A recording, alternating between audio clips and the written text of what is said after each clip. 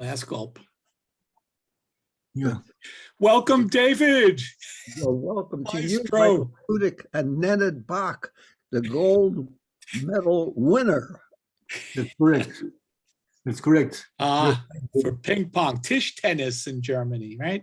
Well, medals mean nothing until you get one. Yeah, but what a wonderful thing. You recognize not just for your music and helping out the people in the world, not just Croatia, but the entire world to be peaceful, but also people with Parkinson's or people who know people who have Parkinson's or anybody that at the moment feels they're healthy, but might have some setback that you don't just have to lie down and say, I guess it's all over. And do something for yourself and for others. So the famous quote is, physician, heal thyself. And I think that was said because they were trying to say, not just to doctors, but to everybody, we all can have setbacks, we all can have illnesses, but the best way to keep on going is to keep on going and do something about it and do something for others rather than just looking in the mirror and saying, poor me. Or reach me. And so you inspire me. Well, someone about to turn 91, the next time I have an ache in my toe, not to start whining and blaming it on the political administration or the weather or old age. Or gravitation. Other people have it worse, and maybe I could think about something else besides my toe. You can blame gravitation. Huh? Yeah. So bless your heart. Thank you. I mean, it's interesting. I mean, I was thinking about you, man, because they showed Muhammad Ali, a wonderful Ken Burns documentary. But when they showed that he had Parkinson's, really severe, but he still is one of the most gifted athletics people of all time and the most, handsome, glamorous, dynamic man, went up and did that. And they said, gee, as if that was a shame. Well, it just showed his inner self. He had so much spirit, and he'd been an Olympic gold medal winner himself. An Olympic as well. Yeah, he was showing everybody else, well, you just got to keep on because the spirit keeps on. And that's a wonderful thing to see. So that ends my introductory sermon. And how are you guys doing? Getting always real. Down to the wire today. I cleaned my apartment that I left almost 40 years ago. And you can imagine what I found. Oh. Yeah, a lot of things. And I'm cleaning it completely to the bones. Well, the hardest thing, I'll bet all your listeners and readers and followers, and yours too, Michael, find that when you have a mess, after it's been there more than 48 hours, every little messy scrap of paper, every matchbook cover, every piece of crust of bread or crumb becomes heavier. And after about a week, each teeny item weighs a ton. And then it gets to be so heavy that it's beyond your control, and you just feel, I wish I could get this stuff straightened up, but it's immovable, beyond my control. So maybe it's okay to add a little more. And then eventually you become like the famous brothers that a lot of your readers probably don't, or viewers don't remember, named the Collier Brothers. And they were shown in the 1940s when I was a little squirt. My mother said, look at this. And she showed me a picture in a big newspaper of the Collier Brothers. They had a whole townhouse. And the entire townhouse, when they passed away, from the first to the fifth floor, was so jammed with junk that the people who were trying to help them out posthumously couldn't get into the place. And they had photographs of complete insane chaos. And she said, that's what happens if you don't leave a mess in your room and leave a mess in the house. Your life becomes a mess. the extent that nobody can even help me to come and straighten out the mess because they can't even get in there. Except you. David, have you seen the novel by E.L. Doctorow? Have you read it? It's actually a wonderful novel about this topic. Yeah, so that's great that you and they have that wonderful depressing show called Hoarders on television. And every time I see that or see somebody that's addicted to something or a glutton or whatever, you can see that part of yourself and say, whoa. I'm still not there. I'm still So not there. congratulations on avoiding that and getting your place cleaned up. I know but doesn't it feel good when you're looking at everything? And Well, I'm cleaning everything to the floor. It took me a long time to go through the pictures and articles and posters and all of this. I know you have so much stuff too with all the music you've written and records you made and correspondence you have. So I a lot of fun. even got your Croatian news service. I'm probably one of the only readers that's never been to Croatia that knows something about it from reading that wonderful. You used to put something out, I think it was called the Croatian News Service. I remember it for years. I got that. Croatian World Network. Yeah, but that was really interesting. Still is. I stopped sending it. It's still on, but I'm not sending it. It's under Croatia.org. Oh yeah, definitely. Website. But I have an interesting events that I was driving. I ordered a cab. U-Bahn. What is it called? The U-Bahn, highway, Autobahn. Uber. I know it's a German word, but I couldn't remember it. Uber. Oh, not about Uber. And this guy. The Uber. Yeah. I'm going to be in Germany next week for 9 days in Frankfurt, where I'm doing a program for some high school students of showing the folkloric roots of classical music and how different instruments and melodies and rhythms can be studied and then used in a formal way, and showing that so much of the great classical literature of the 18th, 19th century, 20th century, and composers who wrote and spoke and lived in Germany and were German or Austrian, how Bach and the Goldberg variations used the hunting and drinking song, and how Beethoven in his great Ninth Symphony, just when you think you're going to heaven on the chorus is singing, suddenly you hear a funky Turkish band marching down the street.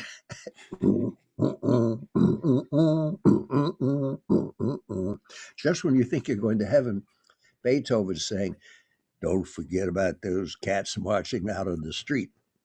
And Mozart using some of his Turkish rondo, those composers always remembered their ethnicity and their roots for wherever they went, how important that is. And then I'm playing, for those of your viewers who might be 24 years old and are told, you're washed up because you haven't done anything lately. You're washed up. You're too old. Well, I'll be 91 next month, and I'm playing at a place called the Jazz Keller on Kleimer Bockenheimer Straße in Frankfurt, where I last played in 1954.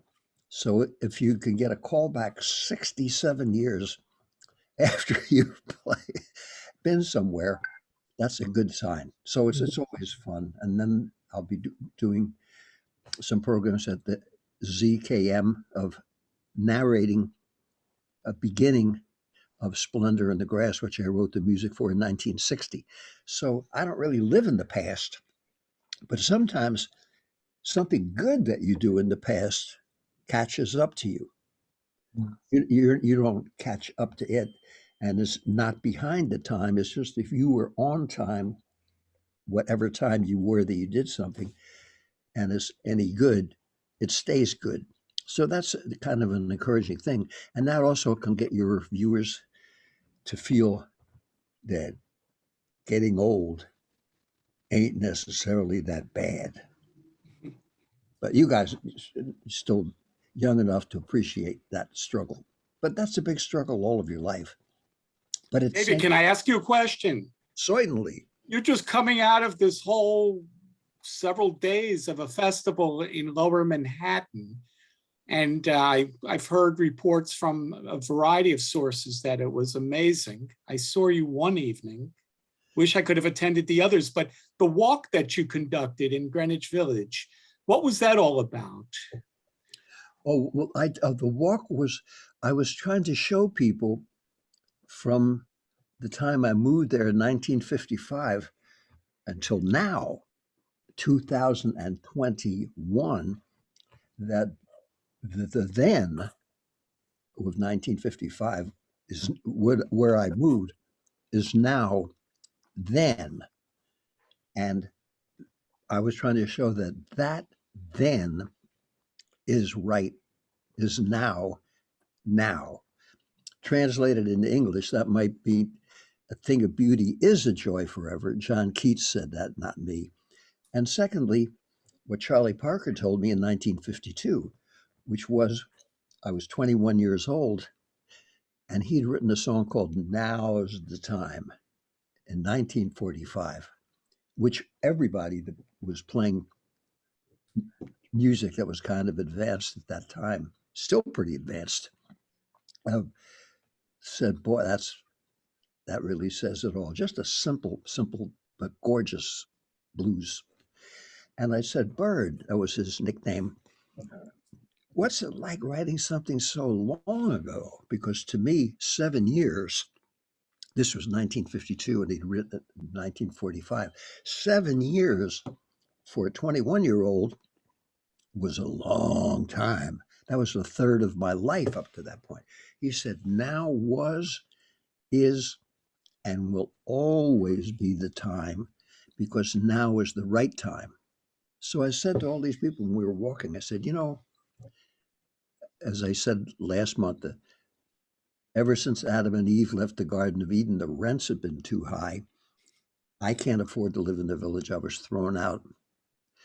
I won't defame the landlord. Let's just say that he arranged cash in the paper bags called cash without receipt to the judge, and everyone in our block was thrown out of their place. However, that doesn't mean that you can't love the village because of the spirit. And I said, well, this is a place where O. Henry and Walt Whitman and Carson McCullers and James Baldwin, the great Puerto Rican poet Piri Thomas, and Jackson Pollock and Joan Mitchell, the great painters, and Edgar Alvarez. I could go on and on of all the amazing people, plus all the bartenders and waitresses and shop owners and folks who were born in the village, helped to create a wonderful, nurturing neighborhood that put up with everybody, including us, and had a wonderful kind of community sense. And that's a terrific thing. So, and I tried to show them, rather than giving a regular tour with getting a black hat with a visor and a whole outfit saying, I am a tour director and I've memorized this speech. And now, ladies and gentlemen, we're seeing where E.E. Cummings had a sandwich. I did mention where he had a sandwich because we went by a place that was amazing, kind of a museum, yeshiva educational center run by a Holocaust survivor and his wife, who just gave us so much education and information. But I tried to show them places I had been, that I was lucky enough to work with Arthur Miller when he came down to the village, because he loved the neighborhood and he loved Chinatown, and told me, because there's still neighborhoods. But also when I did the music for the opening of the Lincoln Center Theater, they hadn't finished building the building, so they had to move from where Lincoln Center was being constructed down to the old amphitheater. And there we were, walking right by the place where the opening of after the fall took place. Which year was that? That was 1964 it opened. And then in 56, where I met Jack Kerouac and Woody Guthrie and Joe Papp, all in that summer. Woody was known among musicians, but folk musicians, but he wasn't that iconic at all. I mean, he was, but nobody knew it. And Joe Papp was a floor manager for CBS, hoping they could get free Shakespeare in the Park. And Jack Kerouac had written one book that didn't sell many copies. It was considered, like myself, to be another desperate, nothing happening hangoutologist. And the fact that all of us met informally, not with some networking lawyer saying, you have to get together because this person could help you to advance and crush the opposition so you can be something. It wasn't that. It was just friendly. And the waiters and waitresses and bartenders and off-duty firemen and policemen and dreamers from New Jersey all would hang out together. And a lot of the older people who had lived there, who were natives of Greenwich Village, were nice to all of these nutcases, including myself in that category. But I tried to do it in a way so that the people walking along would feel good about themselves, and maybe they would not only like to come to Greenwich Village, but wherever they lived, including if they weren't in New York, they would celebrate their community, because every place is a community until it's completely Burger Kinged out. With all due respect to Burger Kinged out, which means franchised, stereotyped, branded, giving a label and implying you don't matter because you could never create anything as economical and tempting as this delicious Burger King. And that would be okay if the Burger Kings were really organic meat, or maybe if they weren't meat at all. But I think, we're all programmed to think that we suck, our neighborhoods suck. There is no such thing as a neighborhood anymore, that everybody is basically against you. And the way to be an adjusted person is to be like a zombie, just watch TV and ignore everybody. And that's not that satisfying. And that only means you can live on about 1/10 of what you can have for free if you pay attention and you hang out and you respect and are interested and learn from every person who crosses your path. And the village, without having to go into all that heavy Mr. Rogers gets down with the world philosophy of life, basically the village was a oasis and a comforting place where you could develop and where you could talk to other people and where you felt sort of welcome. You could feel accepted without having to go out of your way to prove that you were worthy. And that was a wonderful thing, still remains a wonderful thing, and makes you appreciate, if you know there is such a thing, that you can be that way yourself. Or if you can't be that way, then fake it. As Shakespeare said, assume virtue if you have it not. So the village was a great, and still remains a great education. And when I did the walk, there was a wonderful Miss Pasanante. Her relatives were people who worked as in the government. I remember the name there was I think a mayor or someone who was and people like Jane Jacobs, who stopped a super highway from coming right through the middle of Greenwich Village. Just people, sort of, and a wonderful woman named Doris Deether. We did a tribute to her because she had passed away. People that probably no one ever heard of, unassuming, regular folks like we all are, until they discover Bigfoot and an alien from outer space, get to know them. We're all part of the same mammals living on Earth. That we can all be enriched by one another. And to me, the village always had that kind of a possibility. So the reason a lot of artists came there wasn't just because there were low rents, but because there was a feeling that you, plus everyone else, somehow was welcome there. And that's a wonderful thing. And it's not that far-fetched, and you don't have to, join a cult or even having a program with you guys reminds me of that. But if you're not that lucky, that's something that's possible for everybody. And if you're brought up on a farm like I was, all the animals hang out with each other. There's always one that might get picked on, especially among chickens. There's always a hen-pecked bird. But essentially, everybody kind of looks after each other. And they tolerate other members of the animal kingdom who might be a little different, look different, sound different, have a different way of communicating. I wouldn't say speaking.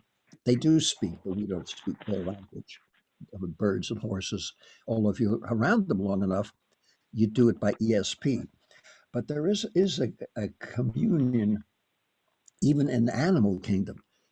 So if a dog or a goat or a chicken or a cow or a horse can be that much available psychologically, certainly people would get along better if they figured that we were all on the same farm. We are on the same farm. Exactly. We are. So Murray, can you hear us? And conversely, if someone's a little different, you don't say, man, they're foreign. We're all foreign. We're all foreigners, except for the Native American folks who were here, most of whom, of those of us who were lucky enough to come on boats and not enslaved, even the people who came, who were indentured servants, as they called them, were treated with some kind of respect or humanity if they met Native American people barging into their land. So if they could be civilized with us, then we could be civilized with one another. And I honestly believe that that's happening. And all the horrible stuff we see now has always been there. And now we have a chance to address that, not by pointing fingers and saying, those terrible bigots, not like us who love the subhuman underprivileged. None of that patronizing crap. Yes. Just to realize that we're all here together and we all have to get along and respect one another, and that everyone has a heritage and a belief and a family and a way of life and a way of eating and dancing and singing and praying, and they're all sacred and they're all beautiful. And many people have a language or languages that are part of their heritage. And if you try to learn that language, you'll find that any language has about 27 different varieties within it.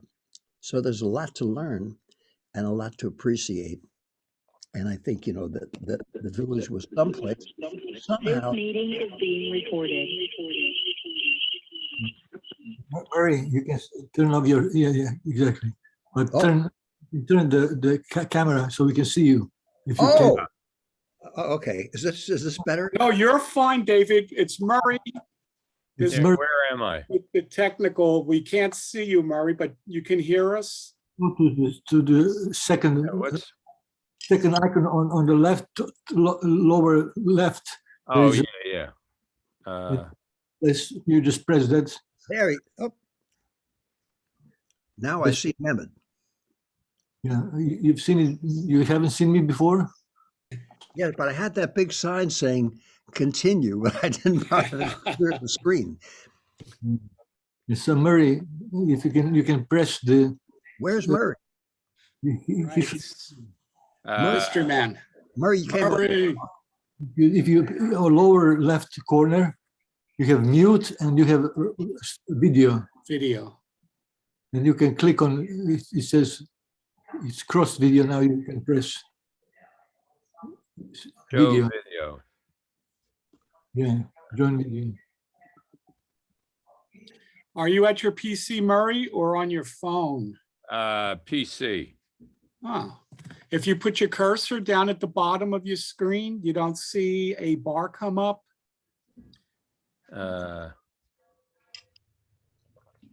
Hover your cursor down below, not all the way down, like maybe an inch or two, Lower left corner.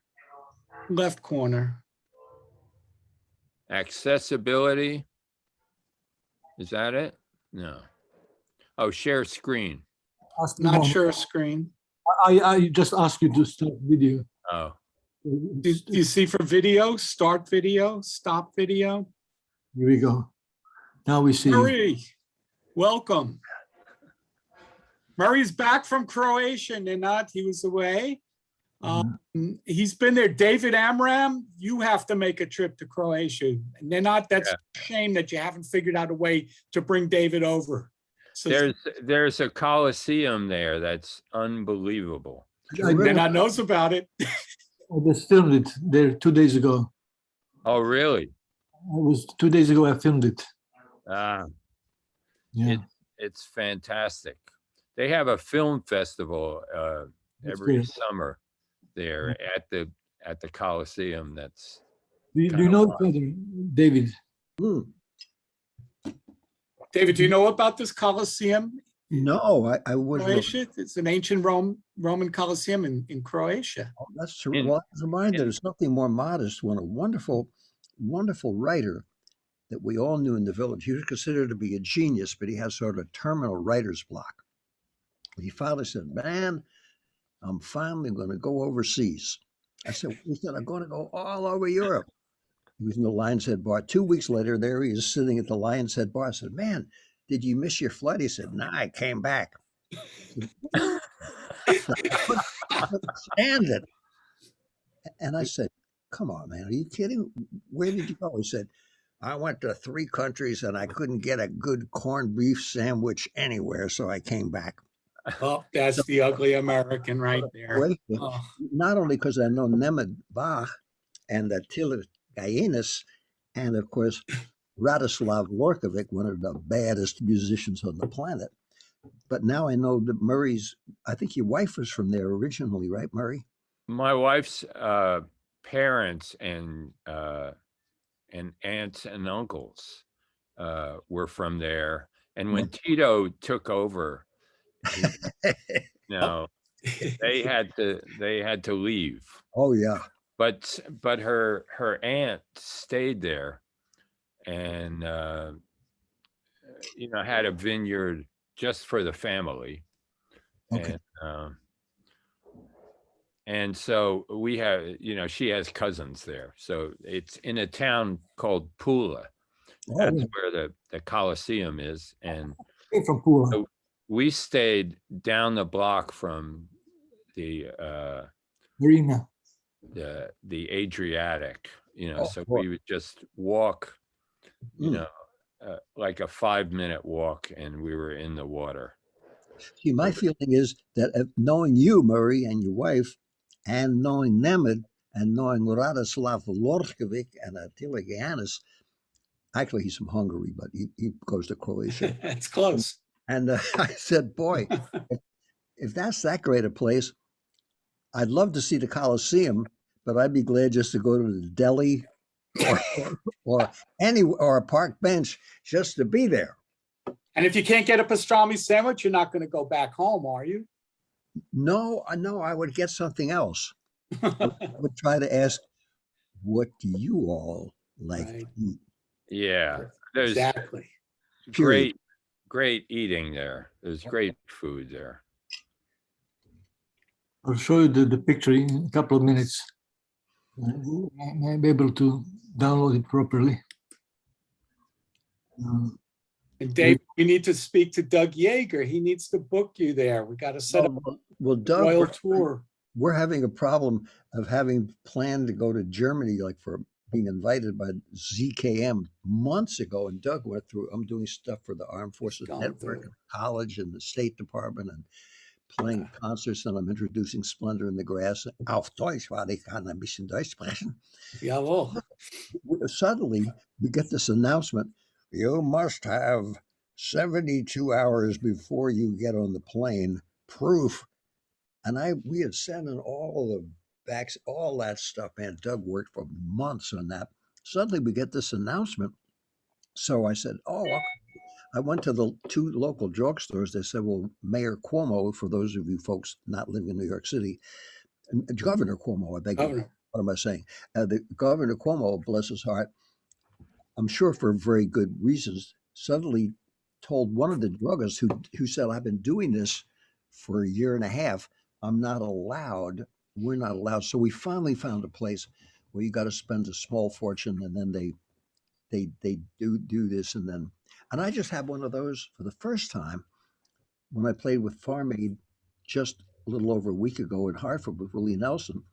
And suddenly they said, well, Willie's, because of having emphysema, et cetera, and his age and this, we have to be really careful. So since I was going to play with him, as I had done every year since 1987 for Farm Aid, along with all the band members, I had to get a special test, which I'd never gotten. So I went there and I put the stuff up my nose myself. They let me do that. And then 10 minutes later, you're cool. I said, well, thank heavens. So I assumed that I said, well, have that I even wore the wristband for a week to remind myself.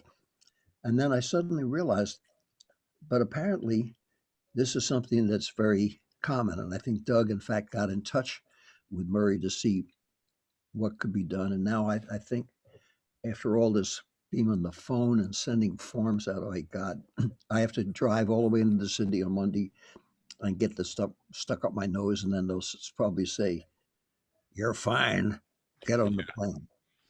But if you're lucky enough to have some place to go that you want to go to, it's definitely worth going there. And I can hardly wait to get back to Germany again. And if I had time, I would try to make a trip to Croatia. And now you guys have talked me into it. And I'm It's just a matter of time. It'll happen. Arena, I can show you Arena if you want right now, just a moment. You can see on screen, yeah? wow. Up. Isn't that amazing? Nenad Bach pose. Check that out. Can you see it? You know, something Bravo. is so in New York City, there's one house called the Merchant's House, one house in the whole daggone lower part of Manhattan that's not like the Coliseum. It's just a little place that's still the way it was. And every place I've been in Europe and in Asia and a lot of other places around the world, they always have what they call the old town. There's always something that's been there before. And they got a lot of modern stuff that we don't have. But David, Yeah. my wife's cousin is involved in that place downtown. Hmm. Anthony, he's very been involved with that place, and it's like I've gone to concerts there. Isn't it And great? it's wild. It's like stepping into a different time zone. Sure. And that's what this picture of this Coliseum does. It shows, hey, we're here now. We got our cell phones. However, quite a few years ago, look what they went to instead of Yankee Stadium. They have there's something to show that there was a then and there is a now, and that we're connected. You like that? Oh man, that's two fingers from the Ping head. That was one of the ancestors of Nenad Bach. In the middle of the arena. Now, who's that you were playing ping pong with, Nenad? Whoa, a gladiator. Yeah. First a woman called Lilia. She's a club member in Pula. She's like a semi-professional table tennis player. Wow. And I played with the Yeah. computer. Oh my goodness. I carried around a ping pong ball in honor of you, Nenad, all around Pula. I had a ping pong ball that reminded me that Anyway. I love ping pong also. Okay. The next World Championship will be on September 29th to October 2nd. That's the Croatian thing that Rocky was based on. Yeah. Nina, where will that take place on September 29th? We don't know yet. Zagreb, Oh. Varna, Pula, Oh, so we'll be in Croatia. Croatia, yeah. Oh, wonderful. That's an idea for a trip. Oh, Yeah. I love Okay, so- that video of yours, Nenad. I love ping pong. Now we have a new video in arena in the Colosseum. This is for the. Oh, it's amazing. I will play with this girl. I will play ping pong, and she will. Then the ball will drop on the floor, and she will pick up the ball, and then you will see the hand, and the hand is from Gladiator. Nenad, did you say that the film was made already and now you're in the cutting room with it? Correct. Nice. So in about a month, it'll be available? It's a promo material for a championship. Yes. Yeah. Great. Wow. I'll send it to myself. I have to send the images from. We had the flying drone, so we filmed it from above as well. Wow. Let me send it to Michael or somebody. That's not to publish yet.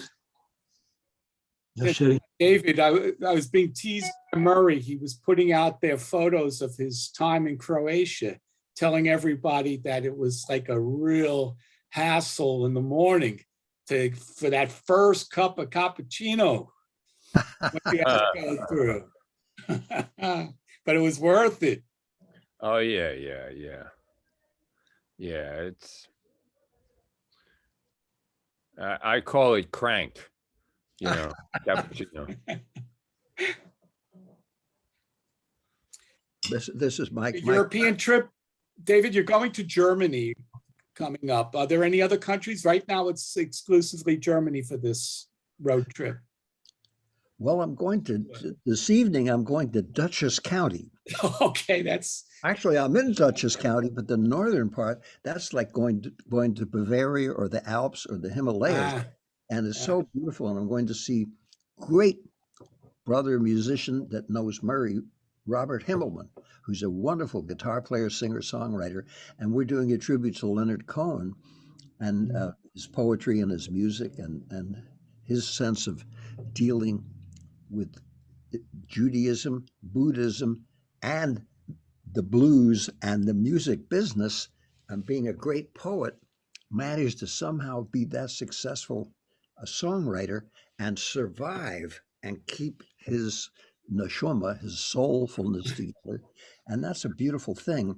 And when I was up at Robert's place and doing Leonard's music with him for the first time, that took me to a whole other world, just to play his beautiful songs and his poetry and be with someone that understood that language, those languages that Leonard uses.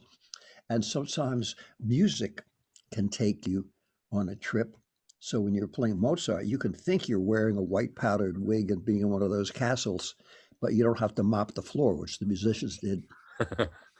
You're allowed, you're allowed to be entertaining people who hire other people to mop the floor. And the people who mop the floor all are familiar basically with Mozart. And Mozart himself was known as hanging out with the floor moppers as well as the royalty. So there's a lot to be said for traveling, going to different places and finding out that sometimes they might only have a fraction of the blessings that we have here in the USA, but they got something else that we don't have, called respect, humility, civilization, hangoutology, graciousness towards others, and respect. And that's a good thing. And a lot of, then you meet people who are that way here. You don't say, man, they obviously have no career potential and they're weaklings because they're trying to be nice. There's another level that we could forget about in our eternal quest to be the top swine number one and blow the whole scene. So we could all, if I could interject, so we could all be Neshama brothers. Oh, nice. Amen and yes, sir. Yes, and Neshama. Anyway, we just have to realize that. That's not some, you don't require a guru or a psychiatrist.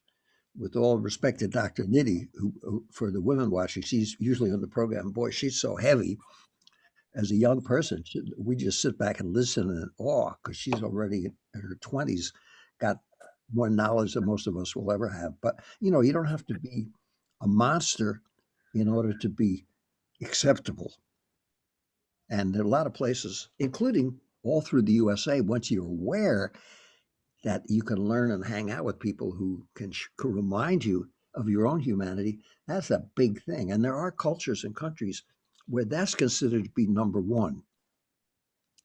Conversely, if you say, I'm from the United States, here's my credit card, you guys suck, but we can have it like us, then you're going real winners. That doesn't necessarily go over or impress people. In fact, very often they can't stand it. And it's not because they hate America, it's because they hate bad manners. Correct. Right. But most of the people are actually very nice, very polite, very, very friendly. You know, that's Yeah. And New York too. When you find that out and you say, gee, it's nice to meet you, and they say, no problem. That's not because they're rude. That's just an expression. But then you get past that and you go to the inside and you see through all that concrete and asphalt some soulfulness. So when I came to New York and I hung out with native born New Yorkers like Murray who were soulful, I said, man, they've been through everything and they came out being real human. They got everything covered from street smarts to the soulfulness. So I got to hang out with them because they're evolved people. And Murray, this- can I, and Thank Dave, you. can I interject just to make Murray laugh? Murray, would you consider yourself a native New Yorker, or are you one of these people that David mentioned at the beginning, hanging out from New Jersey? Let's hear it for New Jersey. It's originally from Patterson, New Jersey. All home right. of Yeah. Alan Ginsberg. And Right, David? and the great doctor who was a wonderful poet whom we all admired. He was a famous poet, and a lot of other people and Alan's father, who was a heck of a poet. oh yeah, yeah. Alan's father was a trip. Wasn't he something? Yeah. Alan's brother was, the whole family were real. Alan was the wild man of his family, but he was like his relatives too. He had that other side. Alan's father was a punster Yeah. also, and he would get this faraway look in his eye right before he told a pun. My high school friend Danny Swag, his parents always had a party, and Alan's father would show up at the party. Puns. Crash it. Yeah, he was a crasher. Party crasher. And you know, it's funny because the same prejudice that some snobola people have is New Jersey, as if Exactly. that was a death sentence. When they would say to me, when I play at George Plymouth's literary parties, that the pianist in residence trying to raise my IQ and meet some women that had a shower in their apartment, they would say, where are you going now? And I said, well, I'm going to Mobile, Alabama, and Tuscaloosa, and then I'm going down to visit Tulsa and Okemo, Oklahoma. They say, oh, everything west of Connecticut and south of New Jersey was some kind of a plague zone, and not realizing every place Oh, man. has something beautiful and some amazing people and a different way of speaking and a different way of walking and a different way of eating and a wonderful way. If you can tune into that, you can feel that's one of your hometowns too. That's the nice thing about traveling. I only say that because reading some of the publications where they show a rock and roll star or anybody of means, let's say, saying, oh, it's so awful being on the road and having to go out and play for those people, for all those swine that aren't even good enough to be, I have to even see them, even be in the same place with them. What a burden on me. Maybe they should drive a cab or work at 7-Eleven or have some kind of a gig where they're fighting for their money. Doing traveling, if you can travel and get paid for it or even break even, man, you're like a billionaire. Yeah. You know, I traveled with the Lovin' Spoonful a few years ago when they had a problem with their keyboard player and top harmony guy. He was not allowed to do the gigs anymore, and I had to jump in and learn all his keyboard parts and high harmonies. And I'm basically a bass singer. So I immediately went and started doing some singing lessons. But we played a place near Morris Bay that was just like, which is halfway between LA and San Francisco. And traveling with the Spoonful, you know, talk about meeting wonderful people. Like about 500 people showed up, all in tie-dye outfits and dancing outside. And that was, you know, a pleasure and a joy to watch them respond to our music. It's a wonderful life. Oh, amen. I remember Buffy St. Marie and I were invited to a concert in a tiny little place in California. I was on tour for the State Department as their $50 a day El Cheapo conductor, ethno-funkologist, bebop French horn player, penny whistle player, and everything else. Because they figured if I was that inexpensive, even if I got kidnapped, it didn't make any difference. So I was allowed to have the best time of my life, learn languages, learn stuff. Even somebody in the orchestra said, "Man, you might be a CIA agent, but I want to take you out to where my parents live anyway." And you got to, and he took me out to Messiah just before they had the revolution there. And finally, I was going to go visit the San Blas Indians. I said, "Oh man, now Floyd Red Crow Western said, Dave, you got to see these cats." But I had this gig, and I promised, and I never. So I said to the State Department, "No, I can't make it, man, because I'm getting more playing at this little San Luis Obispo than I am the whole month with the State Department." I said, "All right." So I went all the way back, got the chartered flight to the chartered flight. Finally, the final connecting flight, we have your names, but the tickets weren't paid for.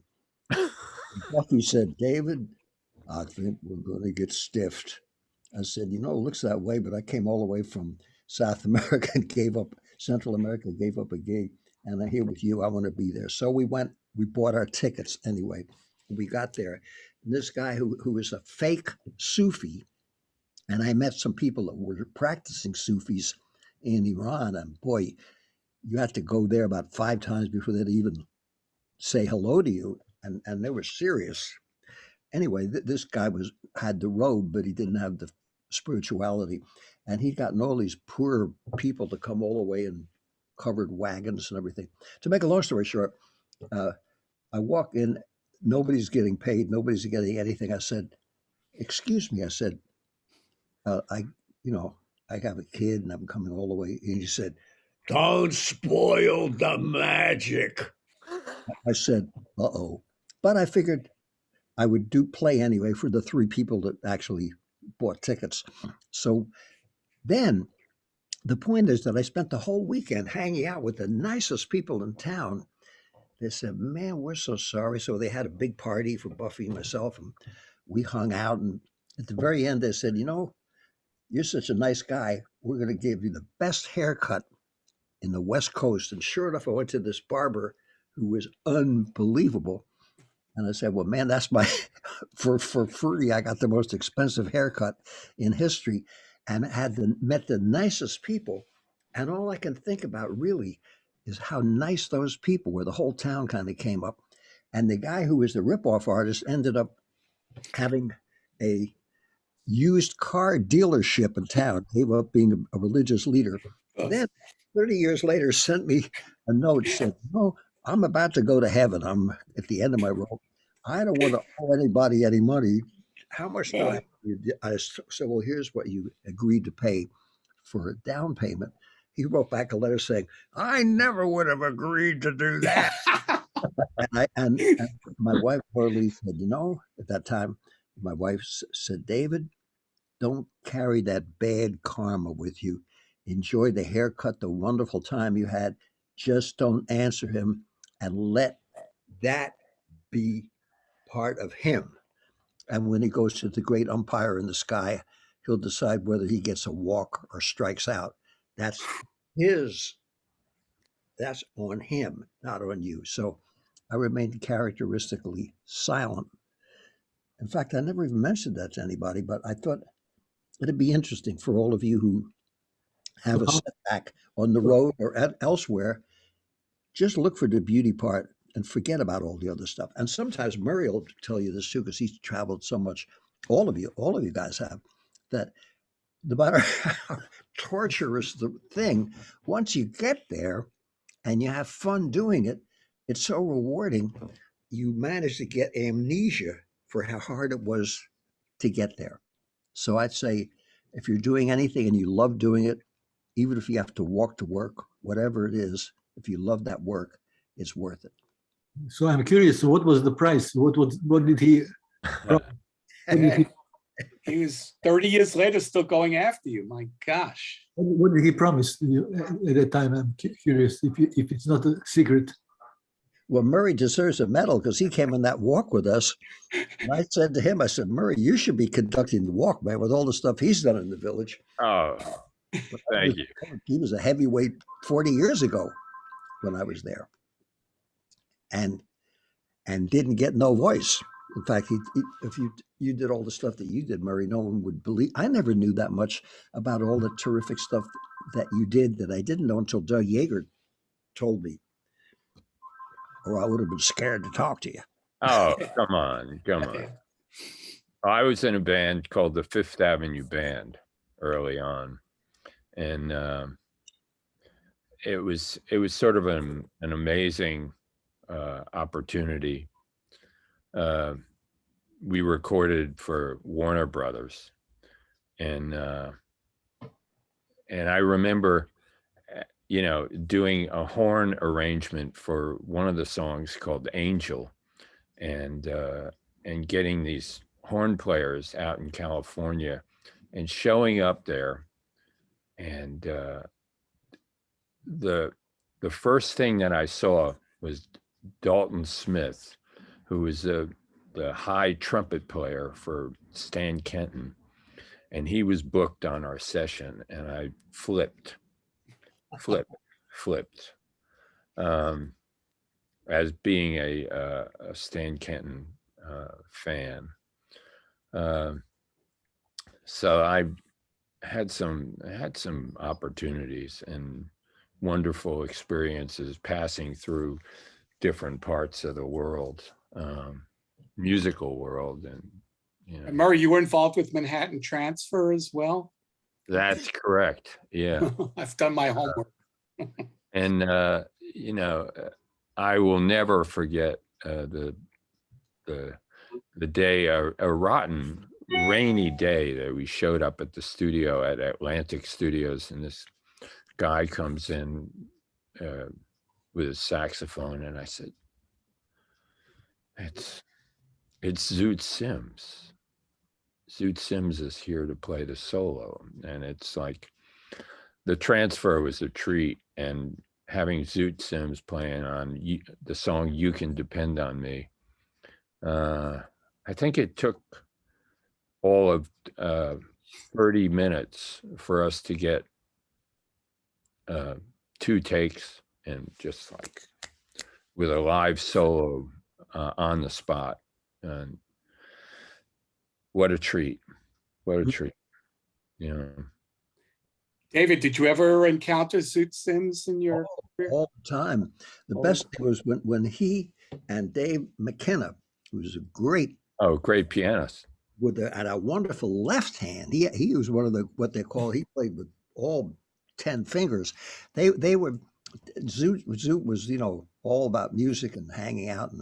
But boy, as soon as there was a baseball game, no matter who was playing what or one, everybody was respectfully silent. Zoot and Dave McKenna would put on their baseball caps and sit around the old crummy television set with the tin foil put on the you know An antenna.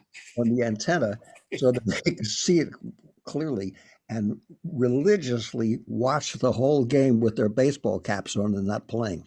And Zoot was one of those guys. He would come in like Laurence Olivier making an entrance or something. He would come in, and that first thing he would play, whatever it was, whoever he was playing with, would just be glorious.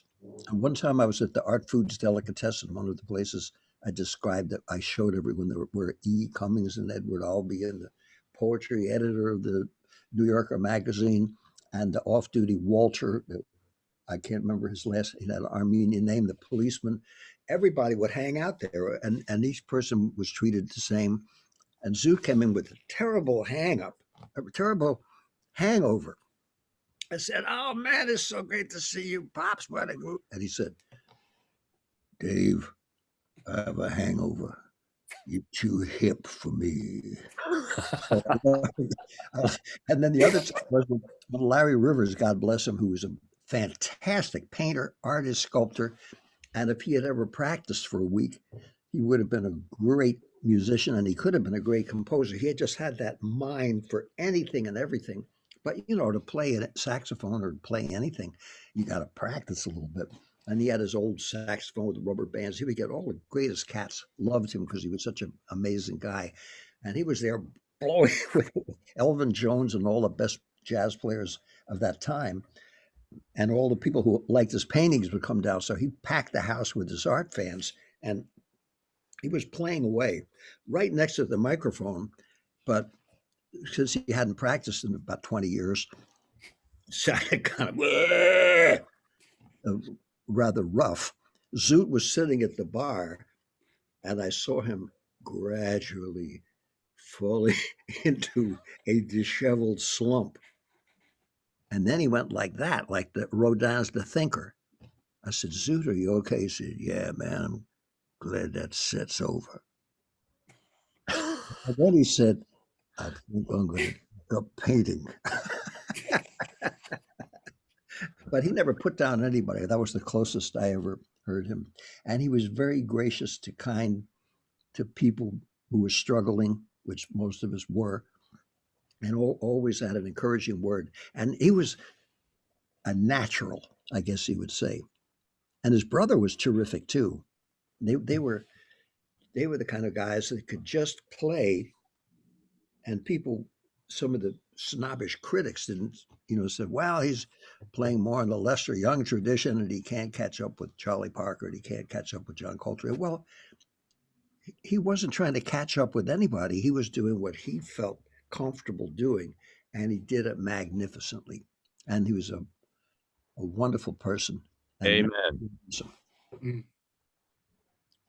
He and Al Cohn were the best buddies. When they played together at the Half Note, boy, was that a trip. And when the American Symphony Orchestra played, Pepper Adams and Jerry Dodgen were soloists in my triple concerto for Woodwind Brass Jazz Quintet. That was like a big deal for me and for Dizzy, and everybody Gil Evans came to hear it. Gil said, "Wow, those symphony cats," this was 1971. He said, "They're great, but they can't swing." Now that's changed. Now everybody's learning that language. But afterwards, we all went down to the Half Note because Zoot and Al had been there to hear the piece that we were in, to hear Jerry and Jerry Dodgen and Pepper Adams primarily. And we all went down and sat in with their band, and it was just wonderful. And they were the kind of guys that always kept it for real, always talked, I would say, if you want to say customers or fans, there was more than that. Whoever showed up to listen to them was part of the band. It was a wonderful thing, and that took place in Greenwich Village at the old Half Note.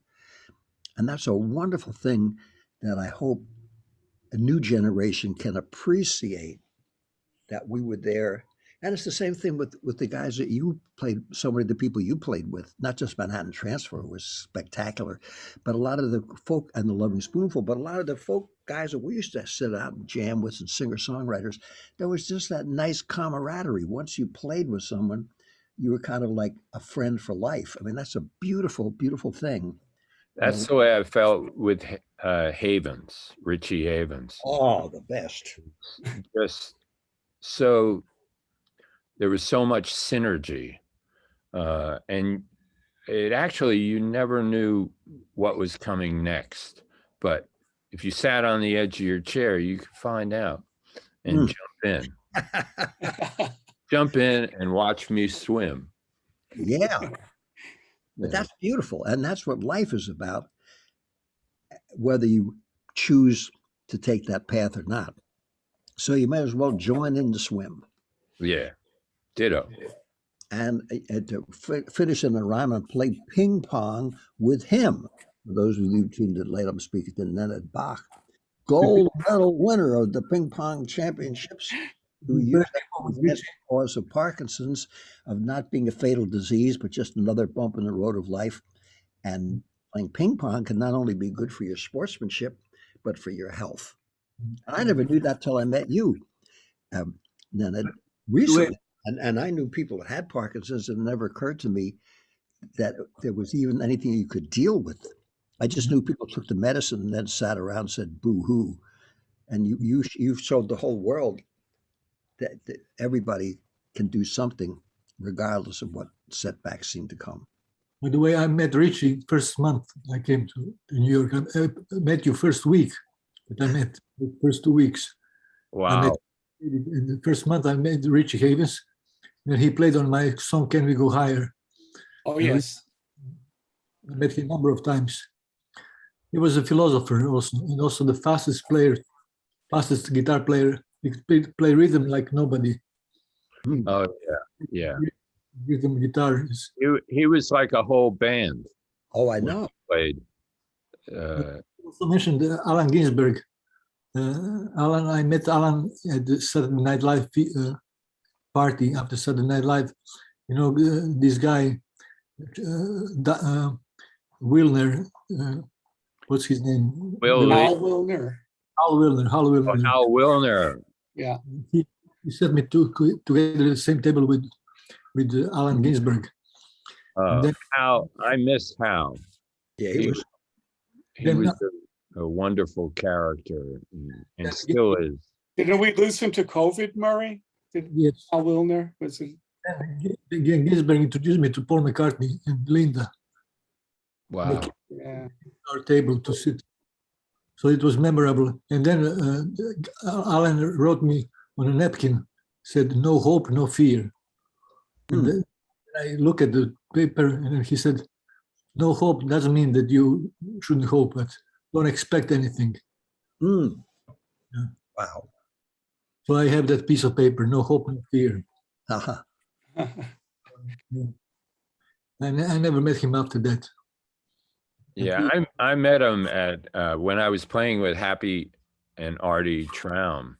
Oh, He came down to the bitter end, and he was just a wonderful character, and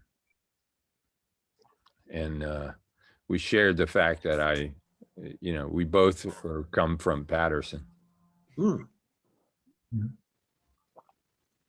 Well, I think that people will hopefully watch this, because I see that people are watching this. And thank you for hanging out tonight. Tonight, I barely came on time. I had to take a cab and rush the whole thing to be on time. Then remind us, where are you speaking from in Croatia? What town, city? Rijeka, R-I-J-E-K-A. Oh, you're in Rijeka. Rijeka. Beautiful. It means the river is word. Say hello to my cousin Zlata. Okay.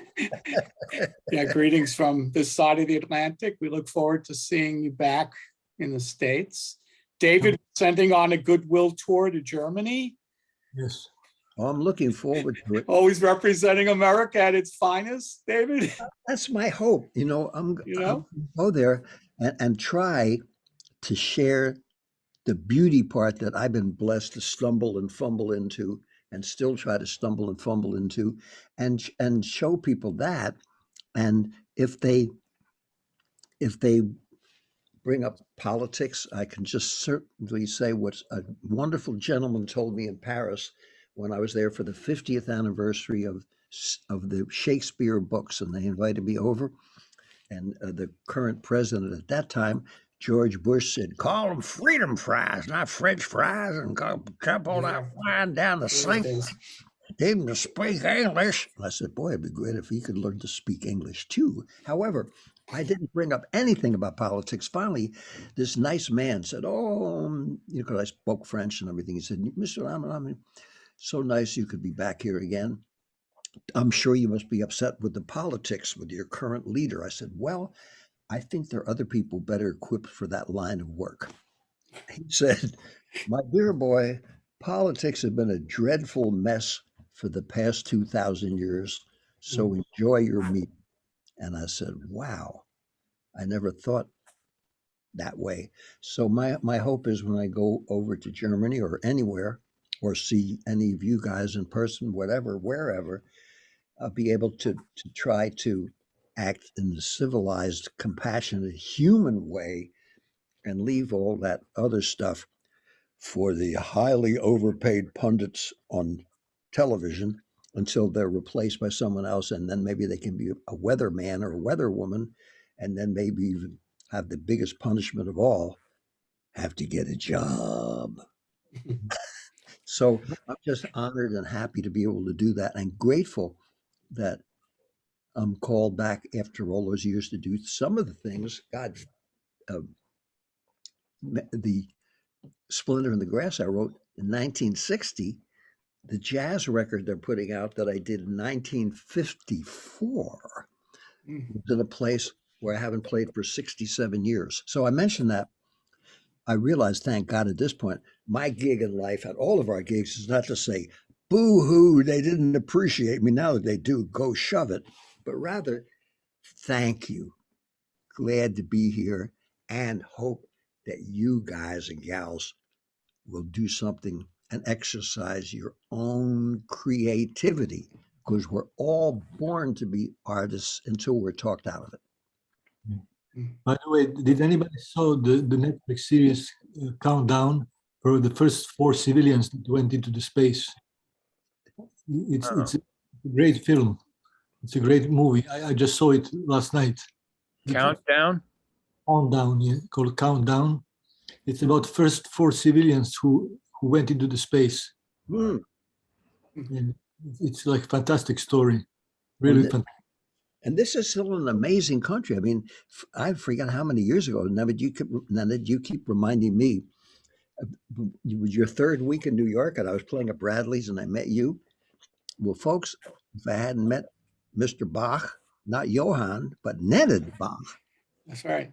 Not Johann Sebastian Bach. I met his music, but if I hadn't met Nenad Bach, I don't know how many, quite a few years ago, 50, 40 something.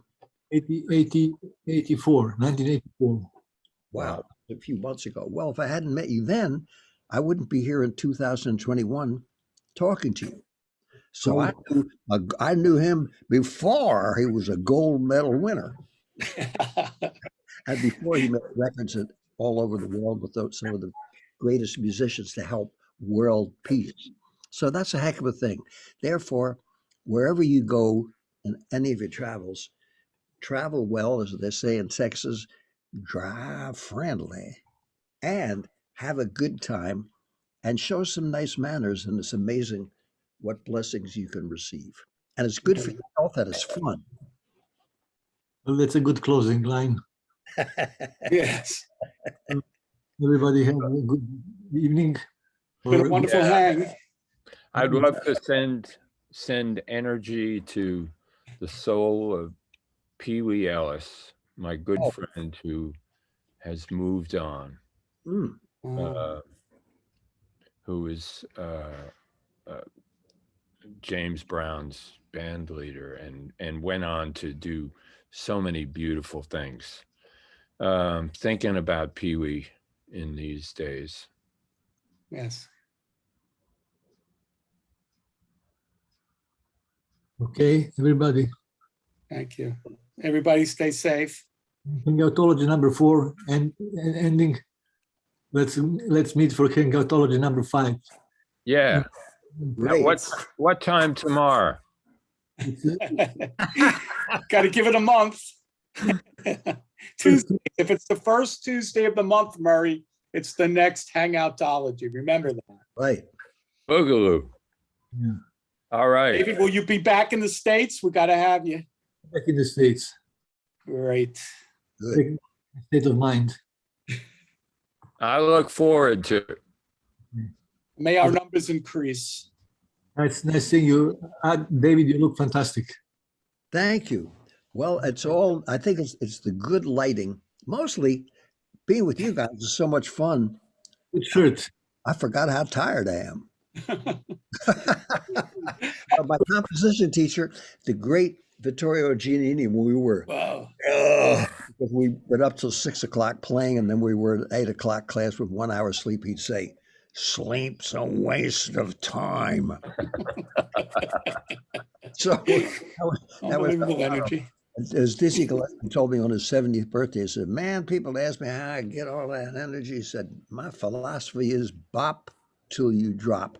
So when people say to me, "Man, you're going to be 91 next month. How do you get that energy?" I say, desperation is very stimulating. I love it. Best words. Okay, Pops. All right. That's right. Next month, November. Can you believe it? Thank you, Bye, Nenad. Thank you everybody. guys Spoody, for thank you. including me. Always a pleasure. Ozone Park, Queens, we're going to be there. Oh, David, we got to do that with Nora Guthrie. We got to bring Nora. Absolutely. Come on. It's I'll bring my baritone horn too. nice. As they say, it'll be great exposure. 3, 2, 1. Lift off. Cheers, everyone.